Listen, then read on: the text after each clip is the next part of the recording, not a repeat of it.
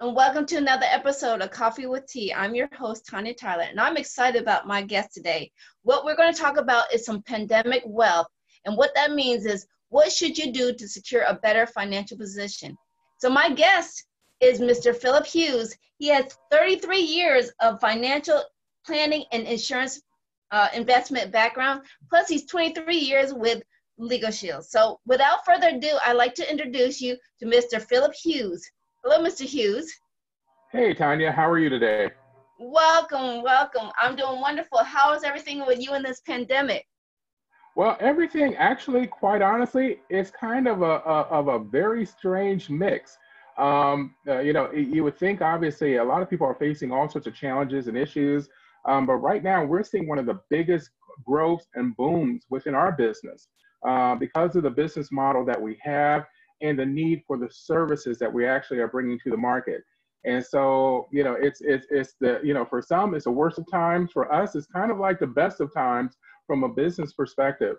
And what we're doing is teaching, training, sharing with other folks how to begin to handle what's going on in the marketplace right now and how to begin to reposition yourself for to be able to make sure that you, your family, your current financial situation is okay in the midst of these challenging times that we're in. All right. So, I know this has been challenging times for like a lot of folks in dealing with the fear. So how can someone prepare for taking what we've learned through this storm and prepare for, maybe avoiding the next storm? Well, quite honestly, this storm is actually, I think quite honestly, we're our perception of what we're going through, we may have a little bit too optimistic of a view in terms of how quickly this thing will in fact be over. We've never been in a situation before whereby we've had to literally shut down a booming economy. And underneath these circumstances, it's going to take time to get the economy back up and running. But if we don't do the right things in terms of making sure that we can to restart correctly, and we're not sort of get into a vicious cycle of repeating this process, and it has a lot to do with the response to the COVID-19 situation and whether or not we're handling that well. But for average people, for those of us who are out here, quite honestly, this could be a great opportunity if you really take a look at it from a different standpoint. It is one of the absolute best opportunities to serve, to help, to go out and really engage people in a different way. If you're facing challenges and crises and you're focusing on your situation, guess what? Here's what I'm going to recommend that you do. Go out and serve somebody else. That'll totally change your perspective, your mindset on your current situation. Because guess what? There's always people who have it more difficult than you. And so if you go out and help someone else, it makes you feel better about your situation, gives you a sense of purpose and control, and at the same time of contribution. And and I'll share a little bit more about some things strategically that you can do that you should be doing in this particular time frame, Tanya. Right. So I know you have you talk about is a shift in your mindset. So how do people prepare for a shift in mindset? Do we just go out and like what's some of the tips and tools that we can put in place to shift that mindset? I guess that's what I'm trying to say. Excellent question, Tanya. Here's the thing, it's basically like 5 R's that I'm really encouraging people to really begin to do. One is to reassess, take inventory, take evaluation of your values and what do you believe in. Really take a good look and see what are the core things that are important for you. You also need to reevaluate, which is the second R, your goals, your dreams. What is it that you're pursuing? So oftentimes people, they feel like they're climbing the ladder, climbing the corporate ladder, climbing the ladder of success, only to get to the top and realize that they were leaning against the wrong wall. And so, they need to shift. You need to take a good look. Then this is the perfect time. I tell people that God kind of put us on all on a timeout in order to, and some of us, we really do need to really do that reevaluation. And then you need to come back and reestablish and reestablish your connection to your life goals, to what to what you committed to. Make sure that you're on indeed on the right path. And then the fourth R is that you got to regroup. You got to evaluate who in your life is bringing you value, who in your life is helping to uplift and help you to achieve your goals. You got to regroup your resources, and what do you have available? Evaluate those. Make sure you have the right resources in play and in place. And then finally, which is the final R, you got to realize your goals, realize your dreams. Start pursuing that in which you love. It's so often we go after money as opposed to going after, the thing that we were created and put here on this earth to do. And sometimes those things are totally different. So this is a great time to make that, to take those 5 R's, apply them to your life in order to make some shifts. Now, a lot of times when I talk about pandemic wealth, I'm not talking about money, because if you understand the definition of wealth, wealth has little to do with money. It has everything to do with mindset. And you have to have an abundant mindset in this time frame. You need to think totally differently than perhaps you have. Too many people are operating out of a sense of scarcity. And as a result, they're scared. And so we want to change that mindset, change that perspective. You need to start listening to folks who uplift your spirit and give you information in this time frame to help you rethink how you think. I like that. So you mentioned about changing your mindset. So what are some of the tools that can help you change that mindset from, your lack of scarcity to your abundant wealth? I mean, like I said, it comes with planning. So what some tools do you have in place that you would say recommend? Well, definitely, Tanya. It's the books that you read. One book, that I'm really suggesting that people really take a good look at this point in time. One book that got me thinking differently was Rich Dad Poor Dad by Robert Kiyosaki. And, this, is sort of a foundational book in helping really people to rethink how they are approaching the marketplace. And it's critical. Another book, and hopefully you can see this, this book is called Mastery.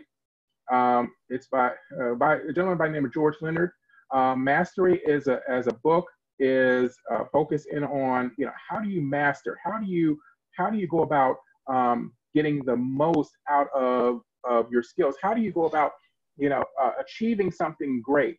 Because anytime you have someone who's achieved greatness, they've went through a process of mastering their skills, mastering the mundane things that will take them to success. They have mastered the fundamentals of their craft. And so this is a perfect time for you to be able to do just that. And so it's a book you read, YouTube videos. There's some amazing YouTube videos. I was listening to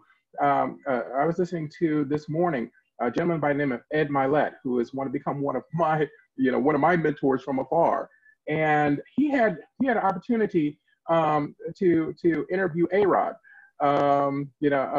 Alexander Rodriguez, who's accomplished so much in the baseball world, but he's also an accomplished businessman.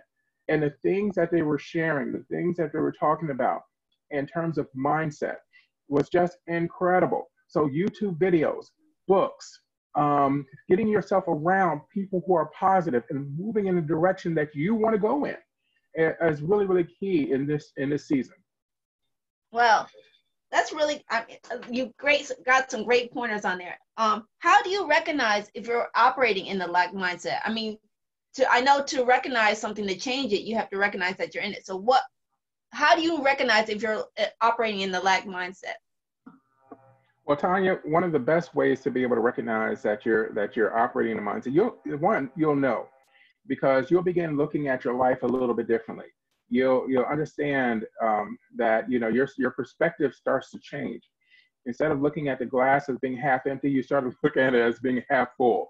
You start to see opportunities all around you.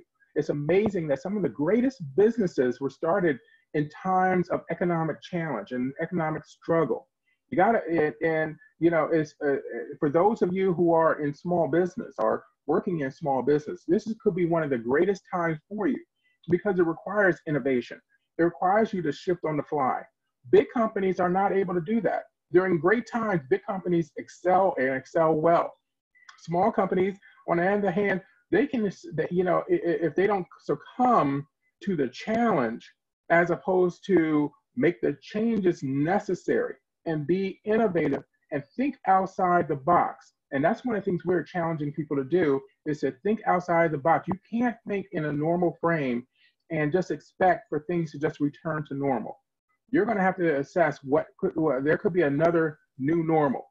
And you need to be able to say, okay, what are the opportunities and the advantages in that new normal, and take full advantage of it. I love how you would say that, because like I said, a lot of people, I'm hearing the term, the new normal. So coming out of this, what are some things that we can do, I guess, from the financial planning aspect, that we can go forward with this? Great question. And from a financial planning side, I would say this, is that I said there may be we may have a longer time and challenge economically than most people tend to expect. And the thing which I've been preaching for about 20 plus years, have been encouraging folks to take more financial responsibility in the marketplace and to start to develop other forms of income. People have been hearing this term, multiple income streaming. You definitely want to begin to look at how you can generate more revenue coming in that you control. Too many people, they basically have just put all their eggs in one basket, and that is a job, in which many of us refer to JOB, just over broke. So people have sort of focused in on getting a job or career, but they haven't diversified their revenue streams. And one of the things you understand about wealthy people is that wealthy people don't go out and get a job. Matter of fact, their educational process is very different. We're taught to go to school, get a good education, so that you can then go and work 40 hours a week for the next 40 years and retire on 40% of what you couldn't live off of in the first place. How's that system working out for most people? They're coming to find out that it's not working. What do wealthy people do?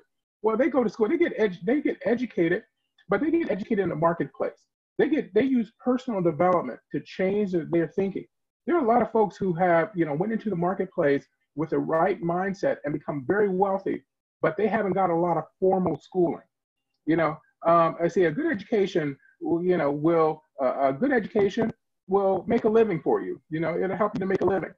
But personal development, changing your mindset, that could make you rich. That is your security. The only security you have in the marketplace is your ability to be able to go out into the market and produce. And so you want to make sure you're doing just that. So, see, I got agreement from the dogs. You know what? I love this whole, for those who don't know, this is real, right? This is off the cuff. This is off the fly. Like I said, you're giving us some great feedback on how to build our wealth and stuff like that. So what is the difference between building wealth and just making a living? Is there something you can expand upon that? Oh yes, because making a living means that you're going for the money. You're going to be able to just go and meet your bills and get a few things on the side, maybe take a vacation. Building wealth is totally different. Building wealth is about, I said before, it's not about money. It's about maximizing you and everything you've been gifted, understanding what your gifts are, and taking them to the marketplace in a very strong way. Somewhere it's written is that your gifts will make room for you. And so if you really begin to understand that you've been blessed with amazing gifts, amazing talents, amazing abilities, and and you're supposed to, and this is not for you. It's for someone else. It's for helping others and impacting other people's lives in a very profound way. If you can get excited about literally turning your life into a ministry and assisting and helping others, you can have dramatic impact, and you can actually begin to build financial wealth, because money will become attracted to you by the person you become. And that's something that most people don't realize, is that you can actually attract the resources and everything that you need in abundance into your life based on how you think, and then taking those thoughts and applying it to the marketplace and taking action. That's profound. So again, like I said, I'm not trying to like get you into a corner. It has to be a certain way. But like you say, how many streams of income should people look at like having? You know, I mean, you talk about one as your job, but overall to be like financially wealthy or prepared for whatever comes through. How many streams of income should people be looking for? Well, and quite honestly, it really does depend on, you know, your goals and what you are set to achieve. Most people, most wealthy people, they go out and they build a primary revenue base, a business. You know, they go out and they, you know, because I haven't seen too many folks who've actually become thoroughly financially independent from a job. You know, unless you're a CEO of a company or somewhere up in the upper echelons, and many of these people, they approach their career almost as if it is, as if they are a corporation attaching themselves to another corporation. They have a totally different mindset, the CEO mindset, which is very different. So even that class of people, even though they have technically a job, they approach it very differently. And so when you talk about multiple income streams, you know, you build a base, you find out what it is that you're excited about. You go out there and you work that hard, and you invest in yourself and you grow yourself. But as soon as you possibly can, as you have other, if you start to build that main revenue source, start to diversify your revenue streams. Study real estate. One of the things in which I do, I tell people, hey, look at home-based business development. Home-based businesses right now is the best place for the average person to start to generate additional revenue. Let's see, and you know, there's a plethora of different home-based businesses which are out there. One of the reasons 23 years ago, actually 25 years ago, I started studying wealthy people. I started looking at the marketplace, looking at what average, you know, what type of businesses and business programs could average people take advantage of. You know, I looked at, you know, traditional business, which takes a lot of resources and a lot of expertise, and unfortunately, only 5% of those succeed over a 5-year period of time. 95% of those fail. And in the successive 5 years, of that 5%, 95% of those fail. So the failure rate on traditional business is not all that great. Franchising is another way that people can get into business. Unfortunately, to get into the best franchises, it takes anywhere between $100,000 to $250,000, or up to $1 million if you're talking about a McDonald's. Now, franchises, they have great concepts and great cookbooks on how to succeed. Problem is, from an average person standpoint, most people don't have 100,000 or 250,000. You have to be an accredited investor to invest in those. Then there's this whole other area, you know, known as home-based business. You know, some people call it direct sales, network marketing. But guess what? You know, there are a lot of great opportunities within the network marketing field. And so over the past 25 years, I've studied different opportunities, probably looked at over 350 different opportunities in the direct sales space. And there's really only a few that we say, you know what, these are good companies that we would potentially recommend. And there's one that we're leading with, and that one is Legal Shield. All right. Well, thank you, Mr. Hughes. We're down to our 2 minutes. So if people want to know more information about you and your services and maybe some of the services that you offer, where can we find that information? Well, Tanya, I'll tell you what, you know, the best place to be able to reach out to me is on LinkedIn. Just look up Phillip Hughes, make it real easy for you guys. You can look me up on LinkedIn. Also, I'm also on Facebook as well. As such, my website URL is a little bit long, but I said the best place would be to be able to make that contact. If you can't put any information at the end of this particular video or in a link, you know, as such, there's that would be great as well. But definitely give me a let's see, a shout out on LinkedIn and Facebook. Well, thank you, Mr. Hughes. We are just down to our last few minutes, and I want to take a moment to say thank you for Mr. Hughes for coming on. And I will remind everybody, I do put all the links to where you can find Mr. Hughes and his business and information about what he offers in the link in the comments below. I do apologize, Mr. Hughes, about my dogs. I didn't mean for them to jump in the middle of our conversation. Oh, they had great timing. they were just affirming what I was sharing. Well, I want to say thank you for your time, and I do please love all the information that you get. I want to remind everybody else here who's on here that we do post our interviews on our Facebook page, Confidence Drives, every Wednesday and Fridays at 9 p.m. Eastern Standard Time. And if you're interested in becoming a guest, please email me at sweetensocial@gmail.com. Again, I will put all the information in the links. And again, I want to personally say thank you, Mr. Hughes, for your time. Oh, you're welcome, Tanya. Great opportunity, great show. I appreciate your asking me to be on. Oh, no problem. Please wish you and your family safe times during this pandemic. Stay safe out there.